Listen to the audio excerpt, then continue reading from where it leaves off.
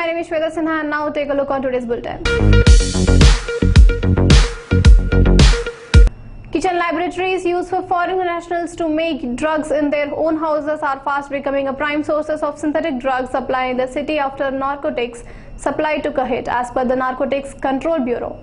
The Central Anti-Drug Agency said that with the neutralization of 12 prominent local drug supply networks, several foreign nationals have filled the gap to supply narcotics. The agency is now focused on these foreign nationals who operate in guerrilla manner, with around 28 of them arrested in raid in the past 5 months. An official said that following the recent arrest of some Nigerian nationals, they found digital evidence that the narcotics being supplied by them was made at their own residence.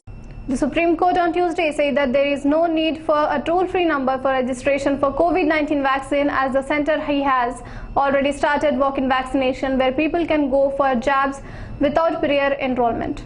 A bench of Justice D.Y. Chandrachud Vikramnath and B.V. Nagaratna said the prayers in PIL filled by one Bibhuti Bhushan Mishra have become infructuous. Your petition was filed in the month of May, seeking setting up of a toll-free number of COVID-19 vaccine registration. Since then, lots of development had taken place, and after our June 1 order, the government has started a walk in the facility for vaccination. Now people who are not registered can go to these centers and get themselves registered and vaccinated. The prayers in the petition has become infructuous, the bench told Mishra, who was appearing in person. In September 2016, the Indian Army launched surgical strike against terrorist camps in Pakistan-occupied Kashmir. The strike on September 28, 2016 was in response to an attack by Pakistan-based terrorists on an army base in Kashmir Uri on September 18, in which 19 soldiers were killed. Since then, government has been observing September 29 as Surgical Strike Day. In an interview to news agency, Prime Minister Narendra Modi revealed the details of military action, saying the date of attack was changed twice, keeping in mind safety and security of troops. PM Modi also said that he ordered the troops to not think about the success or failure and be back before sunrise. The center on Tuesday extended the suspension on international scheduled commercial flights till October 31 owing the coronavirus disease pandemic.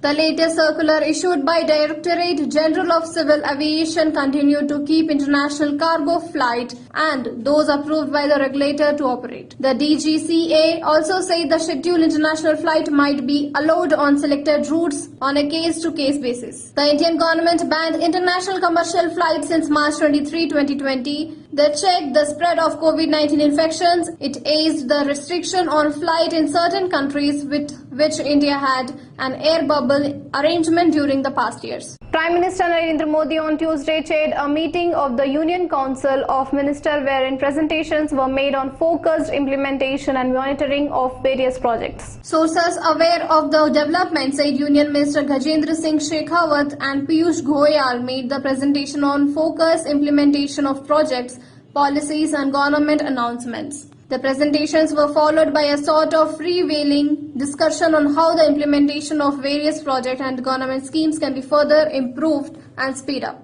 This was the fourth meeting of Union Council of Ministers since it is reshuffle and expansion on July 7.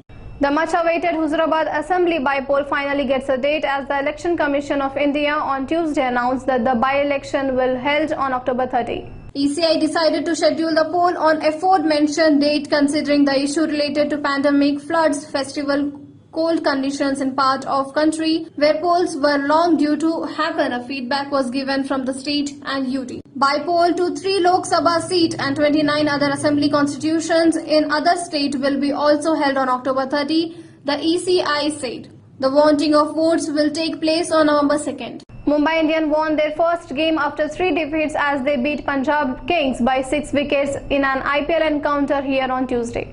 Punjab King managed a below par 135 for 6, which Mumbai Indians surpassed in 19 over the Hardik Pandya, scoring unbeaten 40 of 30 balls, while Saurabh Tiwari top scored with 45. Earlier, Aiden Markram top scored with 42 for Punjab, while Jasprit Bumrah and Kieron Pollard got 2 wickets apiece for Mumbai Indians. That's it for today from me and my team. For more updates, keep watching Crazy News.